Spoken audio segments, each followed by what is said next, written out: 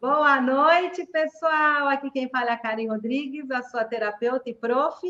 Aliás, eu não sou sua terapeuta e prof única preferida, porque agora aqui a gente tem um mestre, né? O Paulo Iannuzzi. Bem-vindo, Paulo, tudo bem? Oi, tudo bem? Boa noite. Não sou terapeuta. Não, você é professor, porque eu falei A prof. única aí é a Karen aí. Né? Não entendo nada de mesa arturiana, muito menos. Os arturianos são amigos aí da Karen. Boa noite a todos vocês. Boa noite, Karen, Dorim. Obrigado mais uma vez pelo convite. Obrigado a todos vocês que estão aí nos assistindo. Sempre investindo seu precioso tempo nesse trabalho. Estou à disposição de vocês. Arrasou. Quer dizer que você vai contar todos os babados de avistamento e as situações ufológicas aqui do litoral de São Paulo ou do litoral do Brasil? O Brasil todo é rico, né? Mas o litoral de São Paulo também é muito. Não vou contar todos porque eu não sei de todos, mas tem alguns muito interessantes. Né? A começar pela localidade onde vocês estão agora, Ubatuba, que é numa das praias daí, foi palco de um dos maiores casos, né, ufológicos brasileiros e até mesmo mundiais. Né? Muito interessante, muito legal. Vamos falar um pouco sobre isso.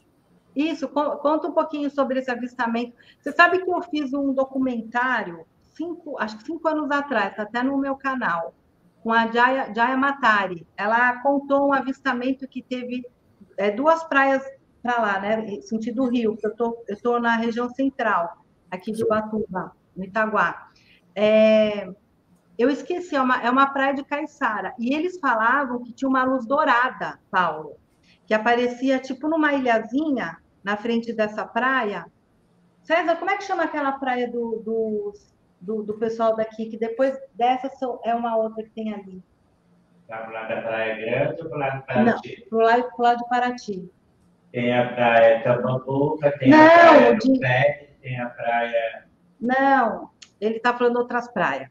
Bom, enfim, essa praia aí, tinha um senhor que dizia que ele morava lá dentro dessa luz dourada. E ele não envelhecia, até que uma hora ele sumiu. Tem essa lenda, né? Sim. Dessa luz dourada. Interessante. E é um avistamento que tem. Só que eu esqueci o nome da praia, gente. Desculpa. Tem a praia aqui do lado que eu esqueci o nome. São duas indo para o Rio de Janeiro, porque tem indo para Caraguá e para o Rio. E eu estou aqui bem no centro. Sim. Bom, vamos lá contar esse avistamento. Você falou aí, é um fenômeno que muitos chamam de mãe do ouro, né? Mãe do ouro, isso! Essa luz dourada aí, que é um termo que se usa no Brasil inteiro, principalmente na Amazônia, sobre luzes ou esferas douradas que saem de dentro d'água, dos rios, lá na Amazônia, e aqui no litoral do Brasil, no meio da mata também, etc., sempre ligado à água. Não se sabe por quê. Né? Você falou, vindo para o Rio, aqui no litoral do Rio tem também muita coisa. Tem uma praia aqui no Rio, afastada, depois do Recreio dos Bandeirantes, né, que é o final da Barra da Tijuca, aí entra a Praia da Macumba, depois Prainha, que é uma praia muito reservada, muito bonitinha, só de surfista, e depois Grumari, já indo, e depois Grumari, a Guaratiba, Sepetiba, já está indo aí para Angra, depois Paraty, São Paulo, etc. Né? Em Grumari, antigamente tinha muito avistamento, e tem uma pedra lá no final da praia, que você encosta ali a pedra junto à montanha, você ouve nitidamente barulho de máquina.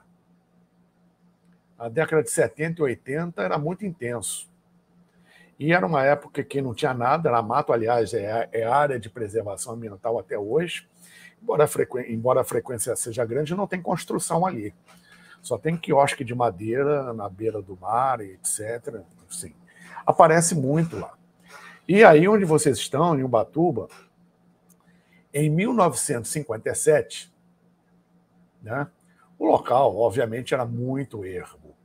Só tinham 6 ou 7 casas, acho que no máximo 8 casas, que os proprietários alugavam para pessoas passarem temporada, final de semana, etc.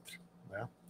Não ia quase ninguém, aí era um local muito ermo, era mais uma vila de pescadores, que eram testemunhas de muitas coisas. Eles contavam cada história fantástica, uma delas essa, relativa à Mãe do Ouro. Isso aí não é de hoje. Então, em 1957, você tinha, como eu falei, 6, 7, 8 casas no máximo, e eram alugadas, e muito pouca gente frequentava a praia, etc.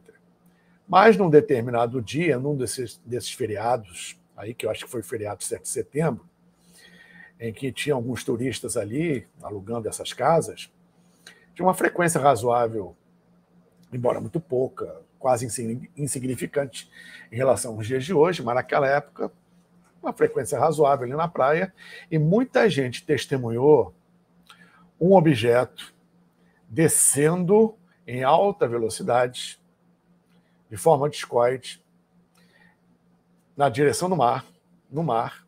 Né? Esse objeto ele estava soltando chamas brancas, ele veio mergulhando e perto da superfície, ele, em vez de entrar na superfície, ele deu uma guinada para cima, e nessa guinada para cima ele explodiu. O objeto explodiu, tá? Um clarão enorme. N fragmentos voaram do objeto, a maioria caiu do mar, mas alguns pequenos fragmentos chegaram na praia. E chegaram ali na beira d'água ao alcance de alguns banhistas que presenciaram e coletaram esses fragmentos. Tá? Isso ficou famoso como o grande caso de Ubatuba. Saiu na revista O Cruzeiro da época, saiu nos principais jornais do Brasil, isso aí, porque os fragmentos que sobraram da explosão da nave, incrivelmente, não passavam de 2 centímetros. Né? A nave estilhaçou, não deixou nada. O fragmento maior, repetindo, tinha 2 centímetros. Então, alguns desses foram coletados, foram levados a vários laboratórios, aqui no Brasil e no exterior, foram analisados. Na época, um ufólogo de renome, muito conhecido e um ufólogo sério, né, até a década de 70, mais ou menos quando ele veio a falecer, o doutor Olavo Fontes, um pesquisador bastante sério, ele teve posse de alguns desses fragmentos. E saindo dos laboratórios, todos foram unânimes, né, de uma forma assim estupefacta, comprovando que os fragmentos eram compostos de magnésio, que é um elemento muito inflamável, mas bastante resistente e muito leve. E, obviamente, era a composição material do objeto. Fragmentos de magnésio, tá? Esse magnésio era, até então, tudo bem. Mas esses fragmentos apresentavam magnésio em 100% de pureza. O que isso tecnicamente diz? Na verdade, 99,99% de pureza. O que isso significa? Que, primeiramente, esse elemento, como qualquer outro, na Terra, você não consegue encontrar a um índice percentual de pureza desse tamanho, desse valor. Você não consegue encontrar elementos na natureza com 100% de pureza ou algo bem próximo, como 99,99%. Segundo, para se apresentar como um fragmento daquele jeito, o magnésio não era natural. Era manufaturado. Hoje, 2022, mesmo com a tecnologia de ponta que ainda não sabemos que existe, porque ainda não veio a público, você não consegue manufaturar nenhum objeto com 100% de pureza, quanto mais em 1957. Né? E outra coisa, foi calculado os isótopos. O isótopo, o que é? O isótopo são 2 diferentes valores para o mesmo elemento químico, né? Onde a diferença do número de nêutrons é existe e é gritante. Tá? O número atômico é igual, que determina justamente o equilíbrio, o número de prótons e nêutrons, e o número de massa que entram prótons e elétrons, e quando entra o número de massa, aí entra o nêutron. Tá? E a diferença isotópica deles era gritante, com um número muito maior de nêutrons em relação ao magnésio aqui da Terra. Então, era um magnésio de natureza não encontrada aqui na Terra e manufaturada, pelo que eles chegaram à conclusão, de fusão a frio, coisa que ainda não existe, tá? Aqui na Terra, e se existe ainda é muito velado, e é tecnologia muito recente, se existir. Tá? E o processo isotópico demonstra, além do magnésio não ser terrestre, ele ter sido manufaturado, não é uma coisa natural. Né? Ou pelo menos encontrado fora da Terra. Ou, não, na verdade, não encontrado. Aludida a possibilidade fora da Terra, porque aqui na Terra não existe isso aí. Então, na época, isso foi um grande bafafá, um grande mistério, né? Correu o mundo isso aí, e até hoje é considerado esse caso de Ubatuba um dos principais elementos da ufologia pelo aspecto inusitado do caso, pelo objeto, seja a nave, seja o que for aquilo ter explodido, e na verdade estilhaçou em fragmentos minúsculos, repetindo, no máximo de 2 centímetros, cujos laboratórios do Brasil e do exterior chegaram praticamente à mesma conclusão sobre a percentagem de pureza, as condições isotópicas e, obviamente, a questão da natureza terrestre ou não terrestre daquele magnésio. Né? Então, foi um caso ocorrido em Ubatuba, além de outros se conhece, não só em Ubatuba, como nas praias do interior de São Paulo, que é o tema principal de hoje, Mongaguá, principalmente, né? Que até pouco tempo atrás era uma vila de casas, uns 30, 40 anos atrás, tudo cresceu muito rápido, mas mantém ainda um vórtice, algum elemento atrativo por parte de alguma inteligência, possivelmente extraterrestre, que tem alguma base submarina aí, etc. e tal, porque quase todos os relatos de avistamentos e experiências são de objetos vindos ou saídos do mar. Tá? Então é bem possível que ainda hoje possa ter uma base e se trate de OSNIs, objetos submarinos não identificados. Como foi o caso muito conhecido de um amigo meu, que teve uma experiência em Mongaguá, bem criança, saiu de madrugada, porta fora, foi à praia, a nave desceu, ele se viu dentro da nave e toda a experiência dele está dentro do livro que ele publicou. Essa e muitas outras, né, ocorrem, vez por outra, no litoral de São Paulo, mas especificamente nessas regiões, inclusive no Guarujá também. Tá? Agora, isso se estende para a região sul do Brasil, em termos de litoral, para o Rio de Janeiro e parte do Espírito Santo, e na parte superior do Nordeste, que vai pegando Ceará, Piauí, Maranhão, até entrar na Amazônia, propriamente dita. Em termos de litoral, nós temos muito disso aqui. E também alguns casos de avistamento e outros, principalmente em Itaparica, na região de Salvador, na ilha de Itaparica, na Baía de Todos os Santos, em frente a Salvador. Né? Mas Ubatuba tem o caso mais conhecido, mais contundente, com respeito à ufologia, na explosão desse objeto e de tudo que decorreu dessa explosão. É realmente um lugar fantástico, um evento ocorrido fantástico e que ainda permanece. Determinados relatos, avistamentos, etc., aí principalmente no litoral de São Paulo, em Ubatuba, e também numa outra localidade, aí também perto, me fugiu o nome agora, eu tinha um nome agora na ponta da língua, inclusive congressos de ufologia já foram feitos aí, né? Depois eu me lembro, mas é por aí, nessa região. né? Não por acaso. É Itanhaém, não é? Também tem muito avistamento. Itanhaém também, mas não é Itanhaém. Eu vou lembrar. Depois eu lembro. Paulo, É isso. Itanhaém tem bastante coisa também. Diga. Esse fragmento que teve aqui em Ubatuba ficou com quem? Ficou com a Aeronáutica? Ficou com a Marinha? Com que órgão ficou? A Marinha soltou algumas declarações, alguns documentos, né, do que foi coletado no mar, mas não se sabe a finalidade que isso teve. A Aeronáutica tem, em princípio, alguma coisa também, mas não se pronunciou, né? E o ufólogo Olavo Fontes, dentro de seus arquivos, salvaguardou esses fragmentos, não se sabe a origem deles. Talvez a filha dele tenha tido acesso a isso, mas não se sabe.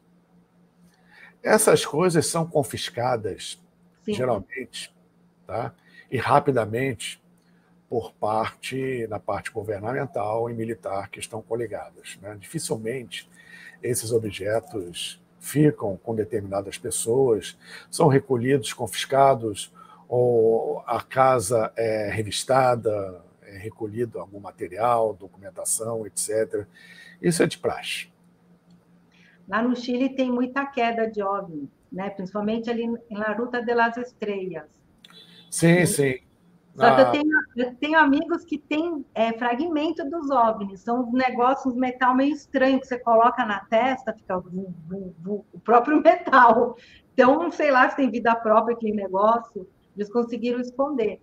Mas pode ter alguma energia latente ali que pulsa, ou obedecer a algum princípio remoto, como o próprio crânio de cristal, por exemplo, enfim. O Chile também é muito rico nessas coisas. O litoral ali do Pacífico, ele está em frente à Ilha de Páscoa, né? Embora talvez não tenha nada a ver uma coisa com a outra, mas tem ali o deserto de Atacama, onde muitas coisas são vistas ali. E existem não só a coleta de fragmentos, pelo que se sabe, mas algumas filmagens ali de naves saindo, objetos luminosos saindo do mar ou flutuando acima do mar na costa chilena. Costa chilena e costa peruana. Lá tem a Ilha Chiloé, que tem até um caso internacional famosérrimo, que são os nórdicos altos, né? Que tem um barco chamado Mytilus, e eles são ETs. Depois dá uma fuçada nessa história, que é bem interessante, eu já contei aqui no canal. Mas voltando lá no fragmento, quando acontece isso, eles confiscam, mas eles também estudam esse fragmento para depois fazer o teste. Principalmente. Os fragmentos foram lançados, foram enviados para os laboratórios, dali não voltaram, só voltaram o laudo, e não se sabe o destino desses fragmentos, né? Geralmente, como foi dito, são confiscados. Alguém fica, e de repente não existe, na verdade, né? Geralmente são órgãos oficiais, né, que de uma forma bem discreta, bem secreta, ficam com essas evidências. Paulo, você acha que esses avistamentos que tem no litoral são por conta de bases intramarinhas? Porque é um local mais ermo, não tem cidade, não tem luz, né? Só tem peixinho, baleia. Então, eles resolvem se esconder ali, porque eles devem ter tecnologia antigravidade, de respiração e tudo, né? Você acha que é por conta disso ou o nosso mar, a nossa água, ela é rica em alguma coisa que eles precisam? O que você acha? Olha, o que eu sei é o seguinte, que eles procuram lugares onde eles possam estar mais afastados do ser humano possível, tá? Embora eles tenham controle da situação, não há nada que eles não possam fazer, inclusive faz parte do cronograma de trabalho aparecerem uma vez por outra, né? Porque existe a velha frase, ninguém vê disco voador, eles se deixam ser vistos. É diferente. Então tem um cronograma aí que eles cumprem, sabe-se lá como nem porquê, em que determinados avistamentos são propositais, programados, determinados não, a grande maioria deles, e outros tipos de contatos são propositais, né? Agora, com respeito a um trabalho mais direto deles em relação ao planeta, ou outras atribuições, obviamente eles fazem isso de uma forma o mais afastada possível. Então, em lugares submarinos ou dentro das montanhas, né, eles têm, em alguns lugares, as suas bases. E são lugares geralmente ricos em jazidas de minérios, em areia monazítica, que é radioativa, etc. É uma coincidência. São mais vistos, por exemplo, em alguns lugares, em determinadas fases da Lua, principalmente em Lua Nova. Tá? Então, existem lugares em que já se sabe que acontece esse tipo de fenômeno, e muita gente hoje em dia está aflorando para lá. Já existe até turismo ecológico, ufológico. Mas observa-se nesses lugares que, embora eles desapareçam em determinados lugares todo dia, né, a qualquer hora, a incidência maior é quando tem menos gente. Então, é mais fácil, a incidência maior em aparecer à noite, sem lua, ou seja, lua nova, tá? Onde não tem a mesma claridade lunar, que o pessoal busca mais estar à noite numa lua cheia, um ambiente mais claro. Né? Poucos se aventuram durante a semana numa lua nova, então é aí que eles vão aparecer mais.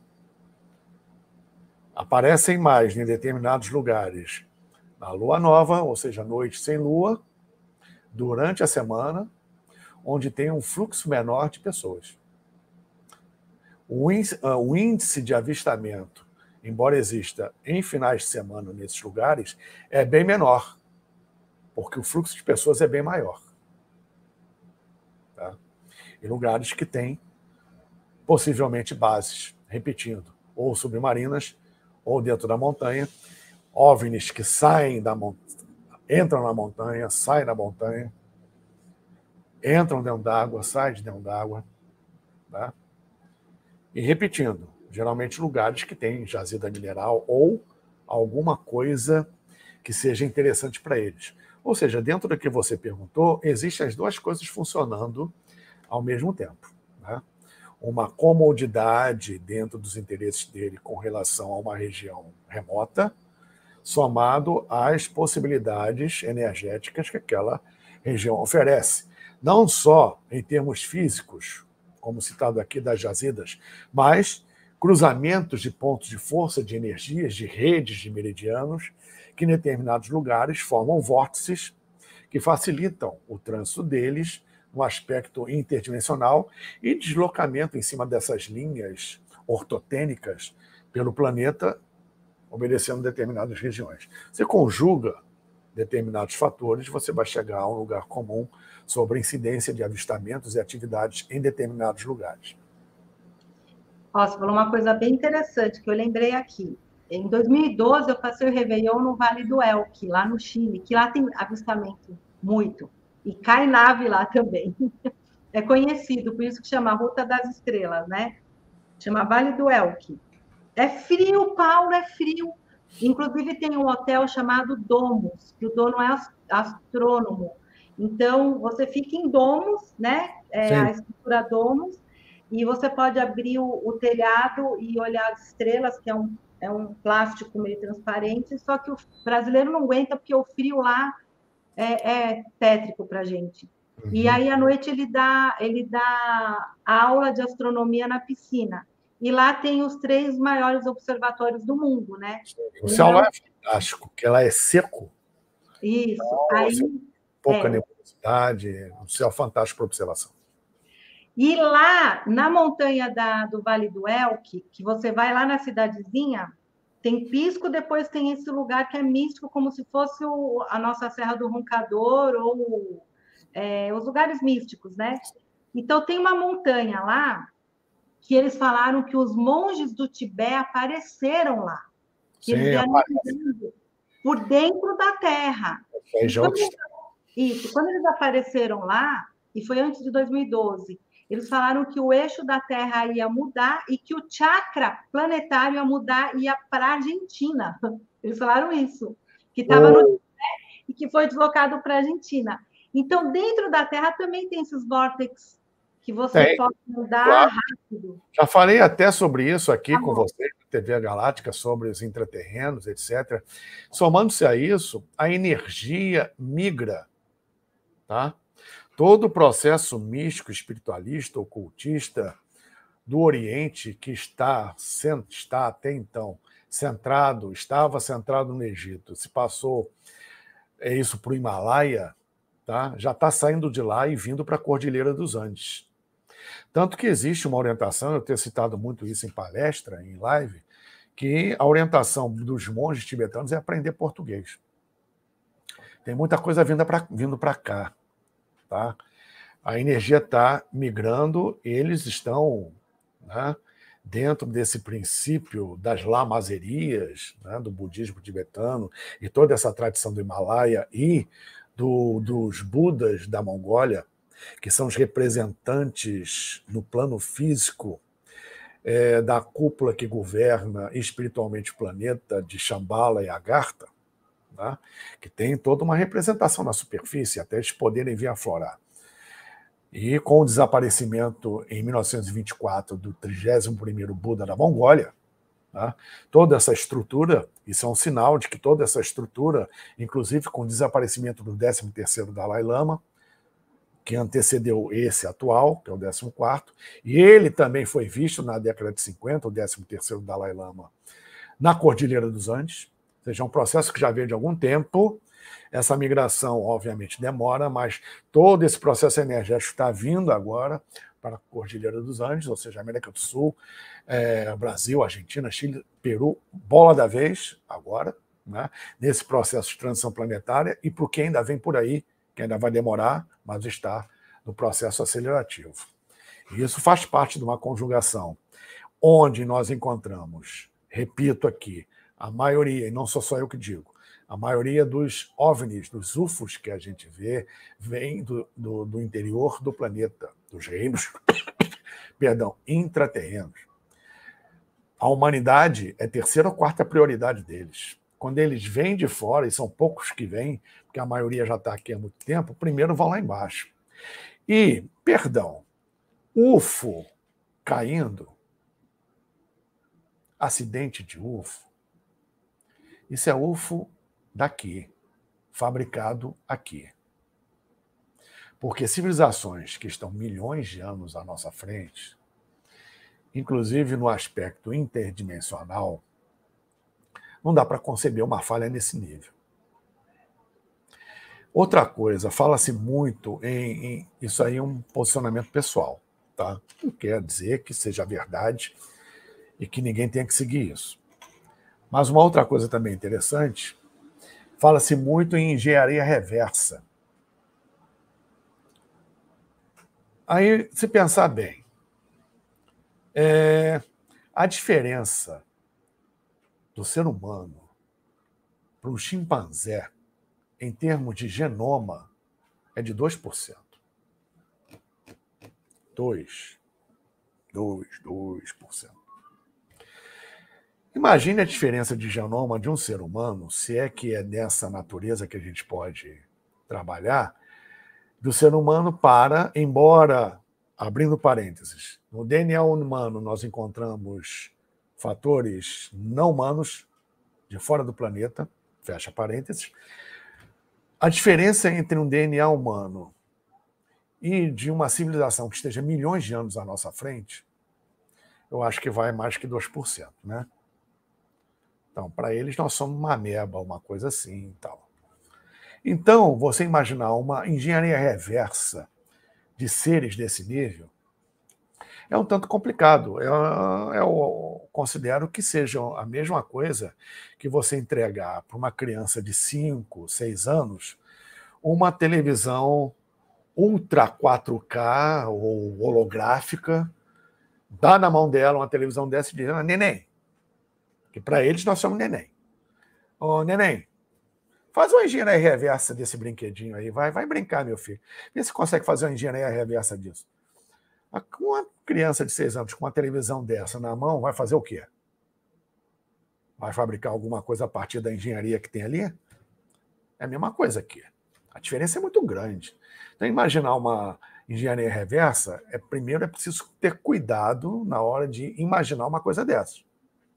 Não é tão simples assim. Obtivemos, por troca de tecnologia, determinadas vantagens, né, instrumentais por parte desses seres, e a gente conseguiu... Pelo amor de Deus, ainda fala em acordo. Isso não existe. Você vai fazer um acordo com uma barata? Vai se explicar para uma barata fazer um acordo com ela?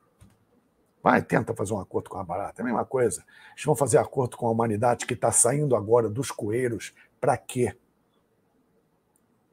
Embora, pelo próprio processo evolutivo deles, eles tenham um respeito e um carinho enorme conosco. Um cuidado enorme conosco. Tá? Verdade isso. Então, pessoal, quem está gostando... Uma ogiva nuclear para uma aldeia de índios, pede para eles fazerem uma engenharia reversa daquilo. Com todo respeito aos índios. Verdade. Quem está gostando, deixa like, porque essa live está muito boa e tem que chegar aí nos robozinhos do YouTube. E eu quero também que vocês escrevam aí, hashtag... Vamos fazer um bordão aqui. Estou ET, hashtag Estou ET, porque também, quanto mais vocês escrevem, mais vai chegando aí nos robozinhos, porque está muito boa essa live. Nós, na verdade, a grande maioria da humanidade é ET encarnada aqui, né? Então... Real. Então, estamos ET, é isso aí. Estamos ET, hashtag Estamos ET. Quero ver vocês escreverem aí. E, Paulo, no Rio de Janeiro também tem muito avistamento e tem alguma coisa ali com a Pedra da Gávea, tem umas escrituras, tem a ver com o mundo intraterreno, a galera, quando escala ali, tem umas visões. Conta aí a babadeira da Pedra da Gávea. E a Pedra da Gávea dá pano para manga, né? É muita história. Mas vamos falar sobre alguma coisa da Pedra da Gávea. Aquilo ali realmente foi esculpido. Os arqueólogos dizem que, principalmente sobre as inscrições, que aquilo ali é erosão, né? Bom, ali de baixo, em São Conrado, que é o bairro, você vê a Pedra da Gávea sob um bom ângulo e a Barra da Tijuca, o outro lado. Você ali do posto de gasolina, você olha para cima, você já vê as inscrições. Lá em cima, lá no alto, mas já dá para ver as inscrições fenícias. É difícil, é impossível aquilo ser erosão, né? São caracteres fenícios claríssimos, evidentes, que significam, por aqueles estudiosos que decifraram aqueles caracteres, significam aqui jaz Badesir, filho de Jetbaal. O cientista e historiador, escritor, na década de 20, 30, Bernardo Azevedo da Silva Ramos, que tem livros fantásticos sobre isso, e documentos que comprovam muitas coisas, principalmente a estada aqui de fenícios, caldeus, hebreus, egípcios, gregos, romanos, persas, etc, etc, etc. Tem documentos comprovando isso. Algumas cidades, por exemplo, do Nordeste, têm nomes alusivos a fenícios, e assim por diante, né? E a presença deles no Brasil, principalmente no Rio de Janeiro, onde a Pedra da Gávea foi esculpida. Nós temos ali claramente o rosto do imperador Badesir e ele, Bernardo Azevedo da Silva Ramos, junto com o fundador da Sociedade Brasileira de Obiose, Henrique José de Souza, corrigiram, melhor dizendo, essa frase, onde, na verdade, é Jetbaal e Jetbaal Bel, que são filhos de Badesir. Então, o imperador Badesir tinha 7 filhos, veio para o Brasil com 2 deles, um casal de gêmeos, né? E instituiu aqui o chamado, que nós estudamos em algumas escolas ocultas, o Sistema Geográfico de Teresópolis, atualmente desativado, onde a Pedra da Gávea, Corcovado e Pão de Açúcar fizeram parte.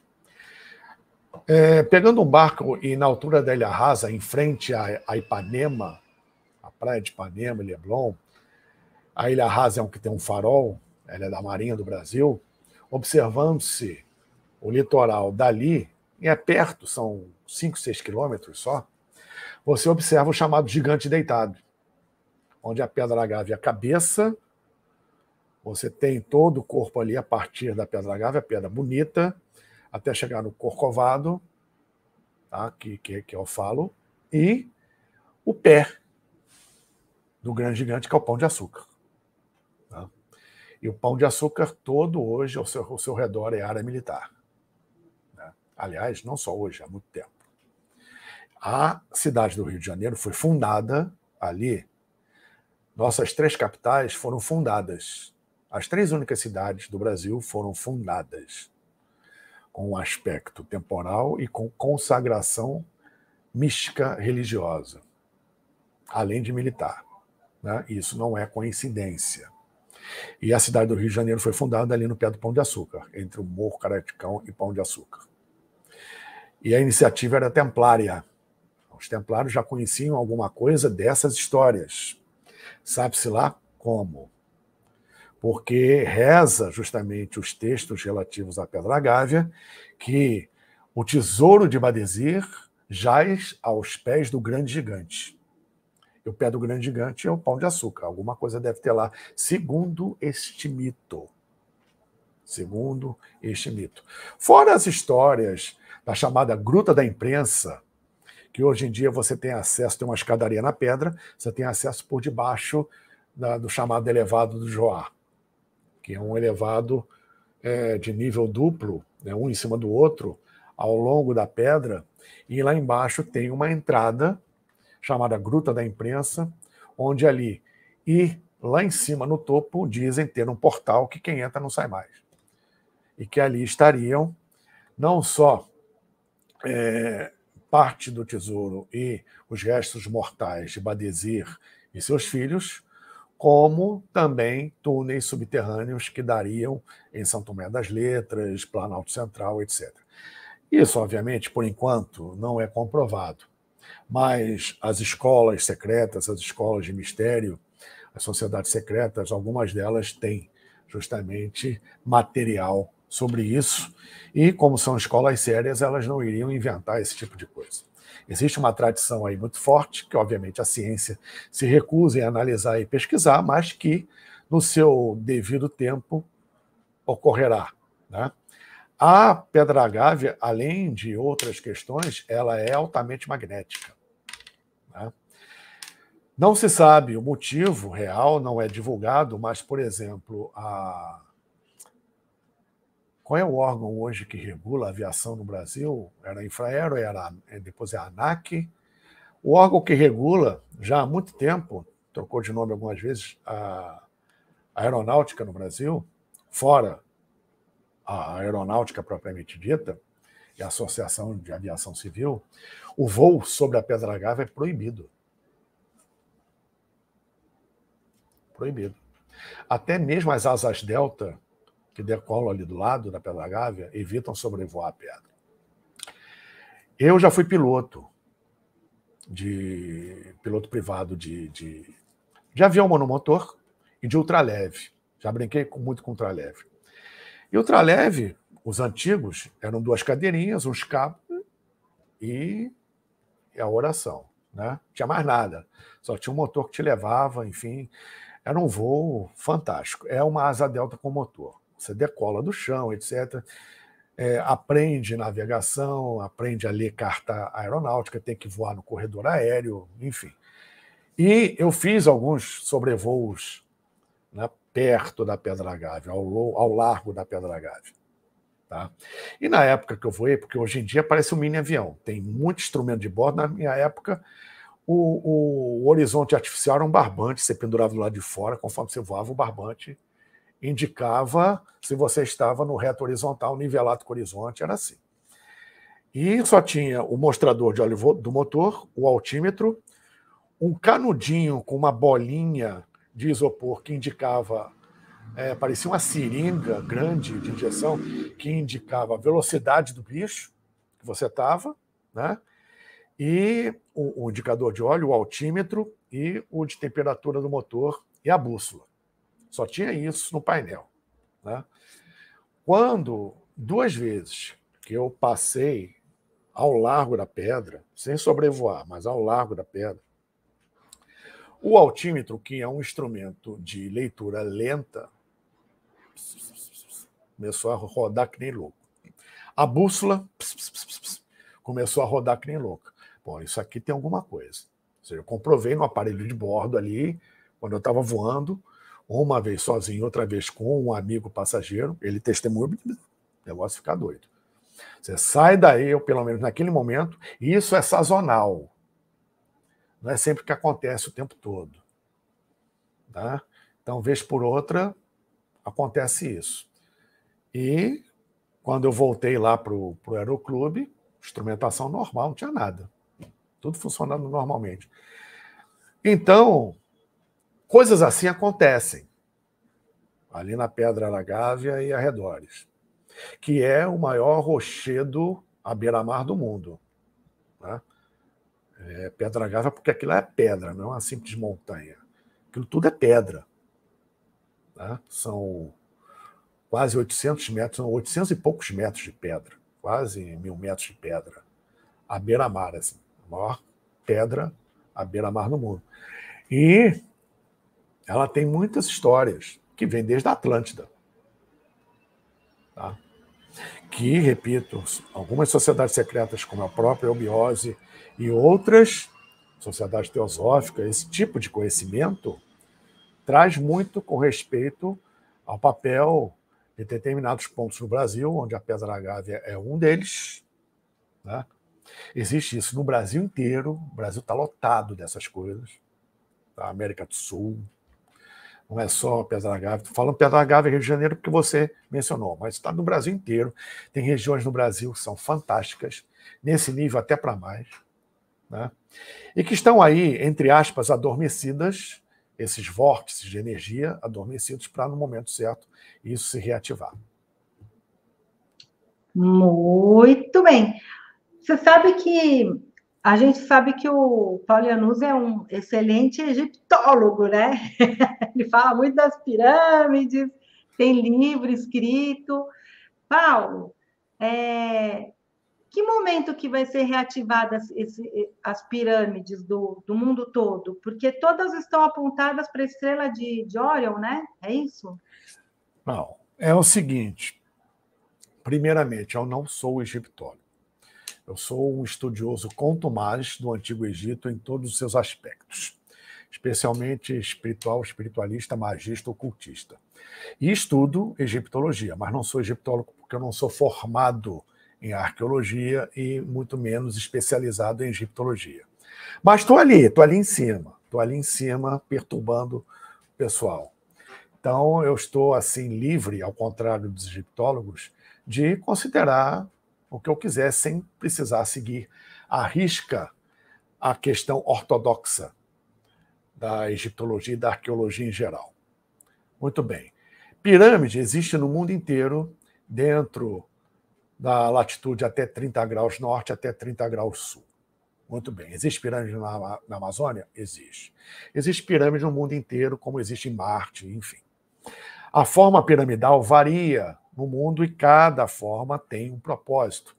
E não é uma pirâmide só, são sítios com várias pirâmides. E muitos deles formam em pedra, na sua distribuição, representações de estrelas, de constelações. Como o caso de Gizé, as pirâmides de Gizé e outros elementos formam o desenho das estrelas ali no chão, da constelação de Órion. Principalmente nas posições relativas dessas estrelas em 10.500 a.C., que nivelavam perfeitamente com o ápice das pirâmides, já provocando um aspecto polêmico, porque, segundo a egiptologia, as pirâmides foram construídas em 2.500 a.C. pelo faraó Rufo, Kelps em grego, né? Mas esses registros astronômicos são de 6.000 anos antes, 8.000 anos antes, em que a egiptologia não aceita essa data, mas supõe-se realmente que as pirâmides sejam de 10.500 a.C. ou muito mais antigas, o que é bem mais provável. Tá? Então temos aspectos, inclusive religiosos aí, porque alguns livros sagrados, como a Bíblia, e religiões relativas a isso ainda afirmam que a humanidade apareceu e o planeta foi criado há 6.000 anos, e isso cria um imbróglio danado em relação a parte evolutiva e ao criacionismo, etc. Tem gente que ainda nega que dinossauro tenha existido por causa disso. Tem gente que chega a esse ponto. Mas aí cada um, hoje em dia, acredita no que quiser, mas depois aguente as consequências. Enfim, ninguém, na verdade, está certo sobre nada. Né? Estamos descobrindo e redescobrindo as coisas. Agora, tem elementos que são, obviamente, bem claros, bem contundentes, bem óbvios. No caso das pirâmides do Egito, elas são orientadas para a constelação de Órion, assim como as pirâmides astecas. O complexo piramidal do Palácio de Angkor, no Camboja, né, do Império Khmer, já tem a orientação para a constelação de Draco. Já é diferente. Né? Então, no caso do Egito, nós temos, na época que elas foram construídas, e depois, sucessivamente, o corredor ascendente apontando para a estrela polar, tá? Que a cada 2000 anos muda, por causa da precessão dos equinócios. Os outros corredores, a Câmara do Rei, apontado, outro para a estrela Sírius, chamada Sotis pelos egípcios, uma estrela importantíssima, porque ela marcava o início da colheita, o início da cheia do Nilo, né? O início do plantio, na verdade, da cheia do Nilo, e o corredor central e a Câmara do Rei apontavam para Órion, a morada do deus Osíris no Duat, segundo o mito egípcio. Óbvio que isso não é à toa. Em todo mito e toda lenda existe um núcleo de algo que aconteceu. Tá? Então, pesquisando a fundo esses processos, principalmente no Egito, nós vamos chegar a N conclusões que modificam em muito a história que nos é passada, principalmente dessas antigas civilizações. Não só o Egito, como muitas outras, especialmente aquelas em que, no seu seio, existam pirâmides. Ô, Paulo, sabia que eu acho que você tem cara de faraó? Por já causa te falaram isso? É, não, já te falaram isso ou não? Não. Menos. Nunca? Não. Eu acho muito cara de faraó. Mas, enfim. Paulo, arrasou aqui nas explicações. Você quer falar mais alguma coisa dos avistamentos aqui do litoral? Não tem muito o que falar, não. Tem mais o que vivenciar. Tem que coletar isso aí, porque o conteúdo se repete. Né? Então, você vê uma espécie de lugar comum, embora cada caso seja um caso, e a grande exceção é essa explosão dessa nave que ocorreu em 57 aí, algo completamente fora do escopo ufológico, fora do normal, né? E até contradizendo, em parte, o que eu coloquei aqui, uma nave cuja estrutura encontrada nos fragmentos que restaram, pela sua composição, alude realmente a algo de fora desse planeta.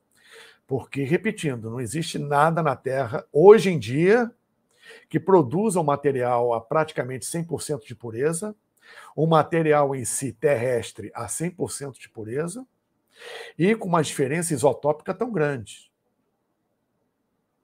Então, à primeira vista, é algo de fora do planeta, em termos dos fragmentos que formaram a estrutura disso.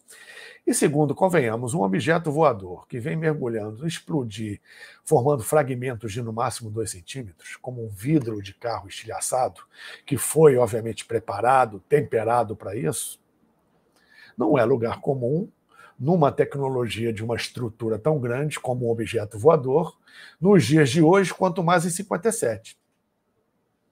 Você tem uma conjugação de valores aí que tornam realmente o caso Ubatuba de 57 único, inédito e único, que não se repetiu da mesma forma. Você vê uma diferença ao longo do estudo brutal dos casos de OVNIs que caem, que se acidentam, etc., que não produzem esse tipo de coisa. Né? E a gente sabe que grande parte desses OVNIs que se acidentam, entre aspas, foram fabricados aqui mesmo. São daqui mesmo. Em voo experimental. Não tem nada de extraterrestre. Pode ter um ou outro. Mas o de Ubatuba foi genuíno. Tá? E algo ocorrido em plena Guerra Fria. Poucos anos depois, ou no ano seguinte, ou em 59, se não me engano, é o ano que o Sputnik vai à órbita. 4 anos depois, teve a questão dos mísseis em Cuba, e assim por diante. O compromisso de Kennedy de levar o homem à Lua até o final da década. Aí você tem um corredor. Aí tem um acontecimento desse em 57. Tá? A mídia mundial e americana voltou os olhos para isso. Teve gente de fora aqui, como teve no caso Varginha. Né? Nossa, e agora eles estão perseguindo quem está falando sobre esse caso. Pois é, sempre perseguiram. E não vai ser diferente, não está sendo diferente agora. Ainda falta um bocadinho para esse processo, no geral, tomar um outro rumo. Tá? O desacobertamento já começou, mas de uma forma muito sutil. Né? A questão é que existe muita confusão, o pessoal faz muita confusão com respeito a isso, principalmente na internet, enfim. Né? É preciso, com ou sem parte mediúnica, né, sensitiva, estudar e pesquisar o assunto, ufologia, desde que ela começou. É preciso que o ufólogo que estuda, que pesquisa essa parte casuística, física, abra sua mente para algo mais transcendental também. Agora, sem exageros, tem que ter o pé no chão, como fazia o general Ochoa, o saudoso general Ochoa. Né? Era general, catedrático em mecânica racional da AMAN, Academia Militar das Agulhas Negras, general de alta patente e de alto estirpe dentro, porque existem vários níveis de general, respeitadíssimo, membro da Sociedade Teosófica, e que falava abertamente sobre ufologia ligada à paranormalidade, mas numa pesquisa séria, num processo sério, tá? Inclusive incluindo psicomediunismo e sensitividade. Né? Mas dentro de um processo sério. Não o que a gente vê por aí, infelizmente. Né? Até porque ele era muito assertivo, ele levava um pessoal e falava, vai acontecer tal coisa, tal horário, ali. O pessoal ia e de fato, tinha... Ele levava corpos poucos para o sítio dele, em Alexânia, cidade satélite de Brasília. E o bicho baixava. O bicho aparecia. A nave baixava ali. Baixava mesmo. Não mesmo. Inclusive, a descrição da roupa dos caras, até eu conheci, tive com o general Ochoa, e uma pessoa que foi testemunha disso aí disse: pô, a roupa deles é prateada, parece com aquela tampa de alumínio de lata de leite em pó. A descrição que o cara deu na época. O que parecia a roupa dos caras. Incrível. Muito legal isso aí. Bacana a sua presença aqui, Paulo. Quando você for fazer programas para a gente aqui, fala das caveiras de cristal. Tá, pode ser um próximo. Caveiras de cristal, os crânios de cristal. Crânios de cristal, desculpa. Crânios de cristal. Quantos encontraram já? 13? Olha, não sei se 11 ou 12. 11 ou 12. Mas faltam 2. Faltam 2. E quando completar os 2, aí vai ter uns Varagarauê que você vai contar aí para a gente. Eu não sei, realmente não sei o que vai acontecer. Eu sei que o principal está aí, foi encontrado por Mitchell Hedges, na verdade a filha dele, o arqueólogo de Guatemala, enfim. Tem um babado muito interessante a respeito desse material que até hoje não temos condições tecnológicas de produzir. Nossa, é interessante. Eu tenho uma amiga, Lili, que quando teve o encontro no deserto do Coral Good e o Koch, toda essa galera, eles levaram essa moça e ela conseguiu, que você pagava acho que $200 para você tirar a foto e não sei quantos dólares para você colocar a mão. Ela colocou a mão, ela falou que o negócio é muito forte. Não tem uma concentração do chamado verde negativo bem poderosa. Mas você vai contar. Você vai contar. Ô, Paulo, me dá só a oportunidade de chamar a galera aqui, que a gente vai fazer um evento gratuito dia 3, 4, 5 e 6... Não, 2, 3, 4 e 5 de maio.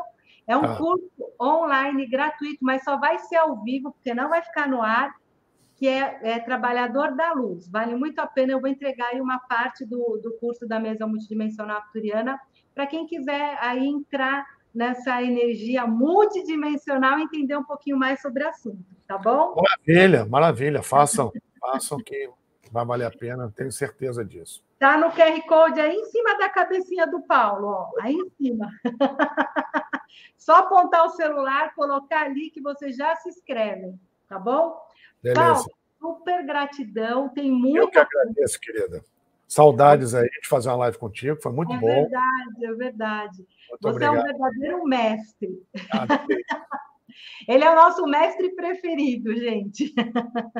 Essa live vai ficar gravada assim, Vini. Não para isso não. Tá bom. Obrigado a vocês por estarem aqui, aturando até agora, principalmente eu aqui. Muito obrigado. Imagina. A Karen não, porque ela é uma simpatia. Ó, Vini, toda sexta-feira o Paulo Iannuzzi tem programa com a gente, tanto no meu canal como no TV Galáctica, viu? Então, podem maratonar, procurar os vídeos dele, que é babadeira, e olha, não é palestra, é aula. Ele é sensacional. E ele também tem o canal dele. Fala do seu canal, Paulo. É o Paulo Iannuzzi Pilares de Hermes, no YouTube, em que todas as lives que eu participo, que eu faço aqui pelo TV Galáctica, a Karen e o Dorim, desde o início, me autorizaram a colocar no meu canal. Tem uma playlist só do TV Galáctica lá, além de outros materiais que eu também incluo no meu canal. Sejam bem-vindos, se inscrevam, dêem o seu like, mas antes deem o seu like, inscrição aqui nesse. Isso aí. Tá bom, pessoal? Paulo, super gratidão, um beijo de luz, bom fim de semana para todo mundo e amanhã Karen responde, gente. Vamos dar like mesmo. Beijo de luz para vocês. Boa noite. Deus abençoe a todos nós. Namastê e Jet Ha. Muito obrigado. Jet Ha. Tchau. Tchau.